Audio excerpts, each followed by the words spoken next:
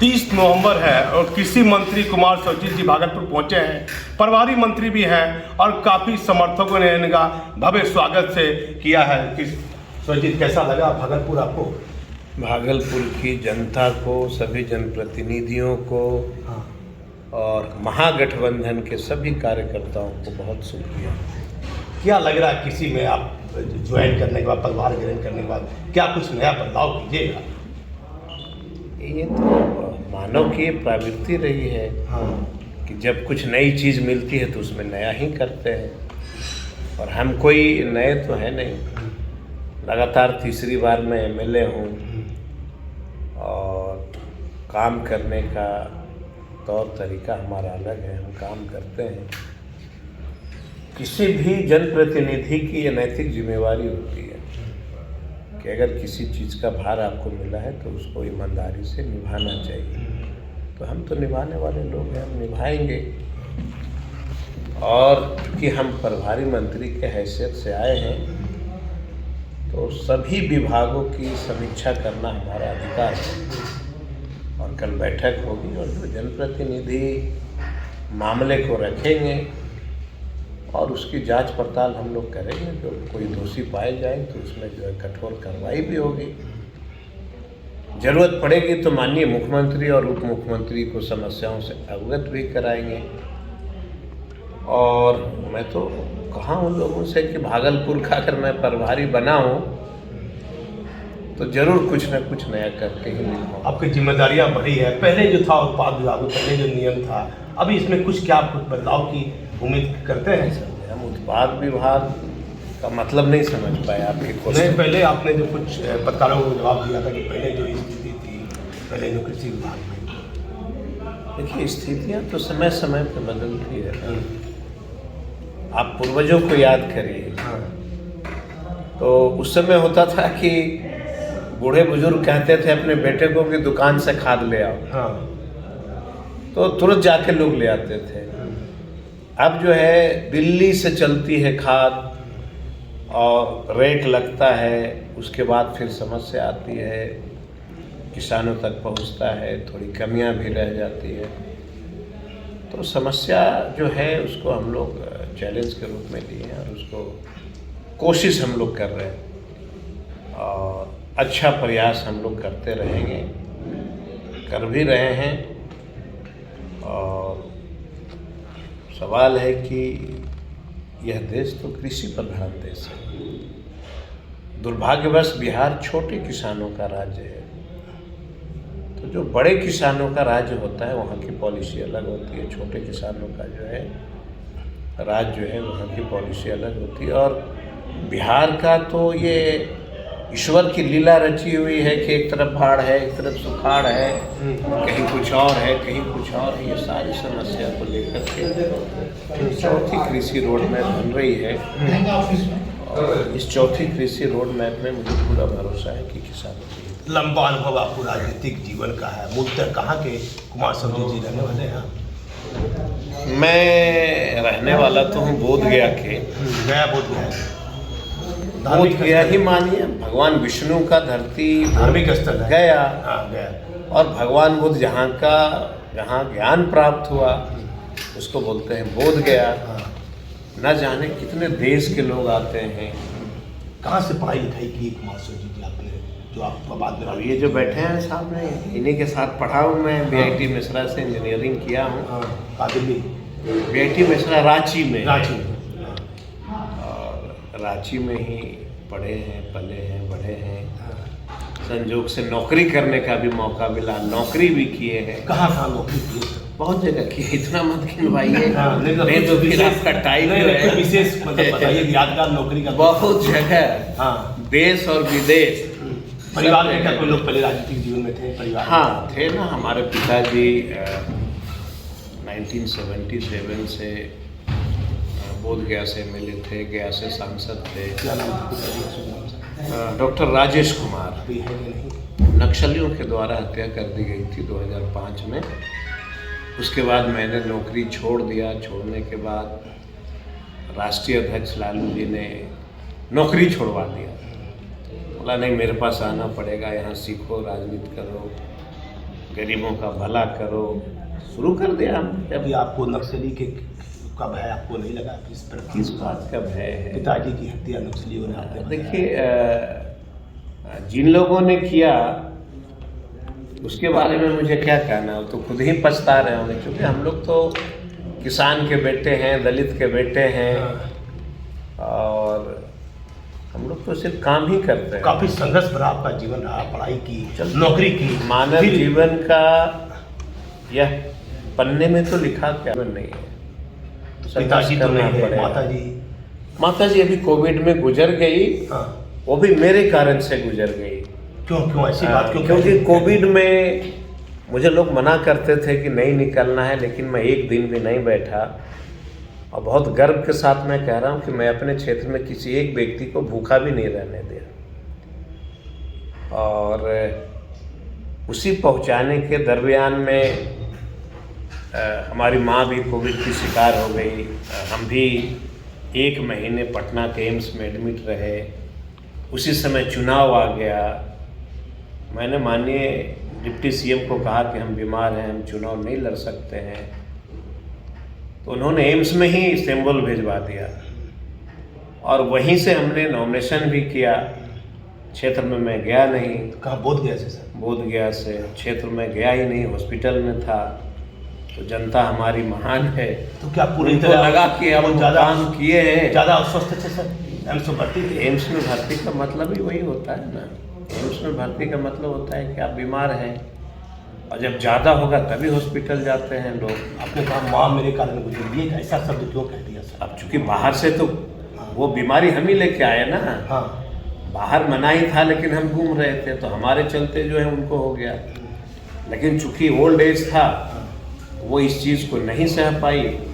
हम लोग थोड़ा सा यंग थे, तो हॉस्पिटल में जाकर के हम लोग ईश्वर का दुआ था। तो कब डेट की माँ का देहांत कब हुआ? अभी जब ये चुनाव 2020 में चल रहा था। तो बड़ा माता पिता की कमी बड़ी खलती होगी जीवन में। सबको खलता है, हमको, आपको, इसको नहीं खलता। लगता है कि आज मैं जहाँ पे हूँ, माँ होती तो ज़रूर उसको अच्छा लगता। और मैं आपको बता देता हूँ कि जब मैं एमएलए बना, तो सेकंड बार में मेरी माँ ने कलेक्टर को फ़ोन किया, बोला मैं मिलना चाहती हूँ। कलेक्टर बोला क्या बात है बताइए। बोला सरजीत जी की माँ हूँ। तो चली गई, गांव की थी। चली गई कलेक्टर के यहाँ, बोली हमारे बेटवा जनता के काम करे थवा कि ना, खाली इतने हमरा बता दे, बस ना करे थवा तो ओकरा घर में हम बैठाएंगे। कलेक्टर को भी बेचारा लगा कि एक गांव की महिला ये सवाल करने आई है कि मेरा बेटा काम कर रहा है कि नहीं, ये बता दो। तो कलेक्टर को भी बहुत खुशी हुआ, उन्होंने मुझे फ़ोन किया। कौन कलेक्टर थे सर?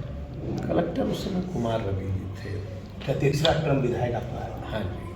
हाँ, देखिए बहुत बड़ा खुलासा किया है सरजीत साहब ने। मंत्री है, कृषि मंत्री है, विधायक भी रहे हैं, लेकिन इनके साथ जो घटना घटी है वह किसी कहानी से कम नहीं है। नक्सली के द्वारा 2005 में इनके पिताजी की नक्सली ने हत्या कर दी। पिताजी किसान थे, विधायक थे, आम जनता के लिए काम करते थे। किस कारण से हत्या की मैंने ये नहीं पूछा है, लेकिन जब कोरोना महामारी का समय आया तो इन्होंने अपनी जान की फिक्र नहीं की और आम लोगों को बोध गया में मदद करते दिखे। इस कारण ये पॉजिटिव हो गए और इनकी माता जी भी पॉजिटिव हो गई। साफ तौर पर मेरे चैनल पर कहते हैं कि मेरे कारण मेरी माता जी का देहांत हुआ, लेकिन विवृति थी, कमजोर थी। दुख तो बड़ा हुआ होगा इस मंत्री जी, माँ पिताजी का दुख तो होता है कि आप लगातार सामान वितरण कर रहे थे आम जनता के लिए। दुख तो हर बेटे को होता है। क्या एज होता होगा माँ का? करीब 60 के आसपास था, 60 वर्ष की थी, ज़्यादा एज नहीं था।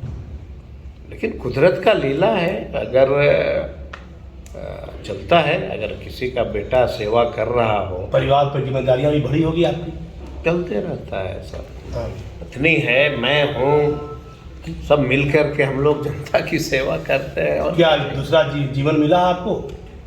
नहीं, इसको ये मैं मैं नहीं कह सकता, ये तो ईश्वरीय देन होता है ना। हाँ। ईश्वर को जो मंजूर होता है वही होता है। तो क्या कुछ विकास कीजिएगा? और मैंने कहा कि भागलपुर में प्रभारी मंत्री भागलपुर है। में जो हमारी जितनी ताकत है, और मैं जब भी भागलपुर में प्रभारी मंत्री जब बना हूँ, ये मैं आपको बता देना चाहता हूँ कि मैं करूँगा। जब मैं पहली बार एमएलए बना तो रामविलास पासवान से लड़ाई लड़के गया में हमने 200 करोड़ का स्टील प्रोसेसिंग प्लांट लाया। संजोग से नहीं बन पाई, जो जिनको विकास पुरुष का आप लोग कहते हो, देश के प्राइम मिनिस्टर को नहीं बनने दिए। क्या देश के प्रधानमंत्री पर सवाल उठा रहे हैं? सवाल किस पे उठेगा? क्या कारण है? भागलपुर के मैं प्रभारी मंत्री हूँ तो सवाल उठेगा किस पे? हाँ। हम ही पे ना। हाँ तो जब नहीं बनी तो दोषी कौन है? ये तो सेंट्रल की स्कीम थी। हाँ तो दोषी कौन है? ये तो सेंट्रल की स्कीम थी। हाँ जब मैं 1 महीने के लिए पर्यटन मंत्री भी बना हाँ तो पूरे बिहार में 160 ढाबा हमने परमिशन दिया कि पूरे SHO NH पे ढाबा बनाओ। और मैं बहुत शुक्रिया अदा करता हूँ डिप्टी CM साहब का कि मेरे जो हमने पॉलिसी लाया था उसको उन्होंने सिग्नेचर कर दिया। कब लाया था?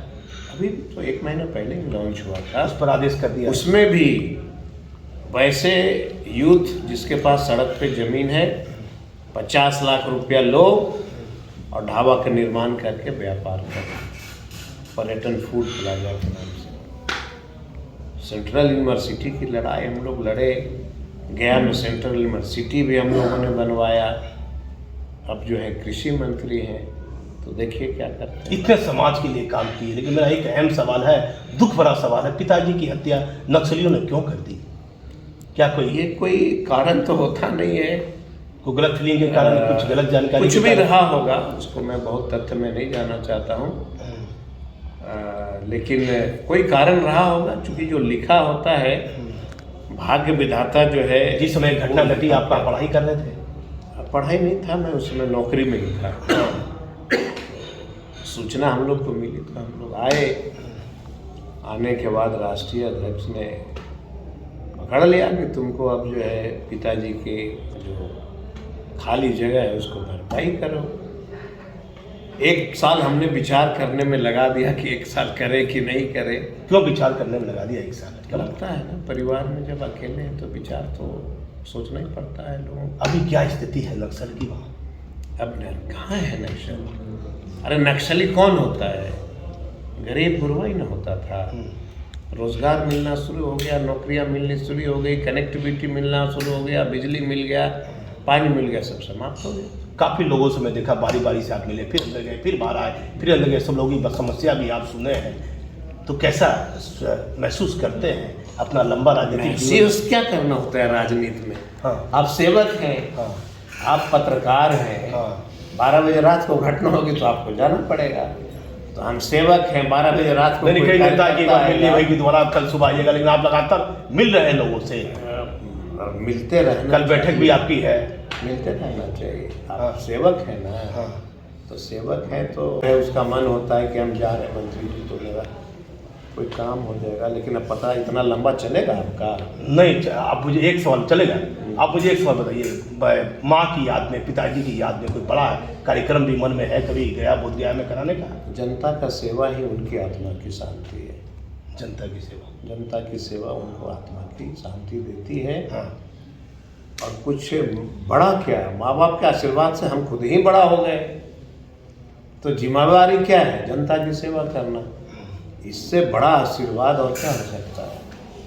इससे बड़ा दुआ माँ बाप का और क्या हो सकता है? कि आपको जन्म दिया, जन्म देने के बाद आपको इस लायक बना दिया, आप यहाँ तक पहुँच गए। तो राजनीति के अंतिम पड़ाव पे हम लोग हैं। मंत्री जी बैठक में कल कौन कौन रहेंगे? जो जनप्रतिनिधि हैं वो रहेंगे, सभी विभाग के अधिकारी रहेंगे, जो नियम संगत जो भी होती है इस बैठक में, जिन लोग को आना होता है वो सब लोग रहेंगे। अंतिम सवाल, तेजस्वी यादव को कब मुख्यमंत्री बना रहे हैं? तेजस्वी यादव को कोई कृषि मंत्री मुख्यमंत्री नहीं बनाता है, जनता बनाती है। जनता बनाती है। और जनता का जब मूड होगा तो बना दे। बीजेपी लोग काफी अभी तो हल्ला कर रहे डिप्टी हैं कि नीतीश कुमार दबाव में है, मुख्यमंत्री नीतीश कुमार काफी हल्ला कर रहे हैं। क्या करेंगे? बहुत डिटेल में जाना पड़ेगा। हल्ला के सिवाय, धर्म के सिवाय कुछ करता है क्या? यह देश सबका है ना, यह देश किसी की बपौती नहीं है। यह देश हिंदू हो, मुस्लिम हो, सिख हो, ईसाई हो, सबका यह देश है। अब जरा बता दीजिए कौन ऐसा जाति और धर्म के लोग हैं जो देश की आज़ादी की लड़ाई नहीं लड़ा है? कोई तो बता दीजिए। अगर राम भक्त कोई है तो भी देश की लड़ाई लड़ा, अल्लाह का भक्त है तो भी देश की लड़ाई लड़ा, नहीं जब बीजेपी के साथ अगर गुरुद्वारा का कोई भक्त है तो भी लड़ा। तो बहुत अच्छे थे नीतीश कुमार, अब राजद के साथ चले आए, बड़ा क्या हम उनके बारे में बहुत ज़्यादा चर्चा नहीं करेंगे। ये एक फेज होता है। धर्म के नाम पे कितने दिन तक राजनीति करोगे? बहुत ज़्यादा दिन तो नहीं चलता है। ये सब जुमलेबाजी बहुत दिन चलता है क्या? कितने दिन तक झूठ बोलते रहिएगा? एक शब्द कान खोल करके मैं सभी को अपील करता हूँ, एक चीज़ याद रखना, यह जो मिट्टी है ना, पूरे देश की मिट्टी से कहीं ना कोई मुसलमान की खुशबू आती है, ना हिंदू की आती है, सभी जाति धर्म की खुशबू आती है। बारिश हल्का जब होती है तो मिट्टी की खुशबू लिए है कि नहीं? एक बार देखिएगा कोशिश करके। जब हल्की सी बारिश होती है तो मिट्टी से एक खुशबू निकलती है, उसी का नाम है सभी धर्म का देश। बैठक में कोई अहम सवाल कल रहेगा बैठक में? तो जनप्रतिनिधि जो उठाए उसको देखें। अधिकारी भी रहेंगे बैठक में? बैठक अधिकारी के तो नेतृत्व में होना ही है। हाँ, अपना पूरा परिचय सब दे दीजिए। कुमार सर्वजीत, बाकी आप दे दीजिए। कुमार सर्वजीत जी है, कृषि मंत्री है। इन्होंने कुछ ऐसी बातें बताई हैं जो आप हमारे चैनल पर देखते रहिएगा। कुछ सनसनी बातें बताई है जो हर आदमी के राजनीतिक जीवन में नहीं बीतती है। आप हमारे चैनल को देखते रहिए। मैं भागलपुर से दीपक नौरंगी।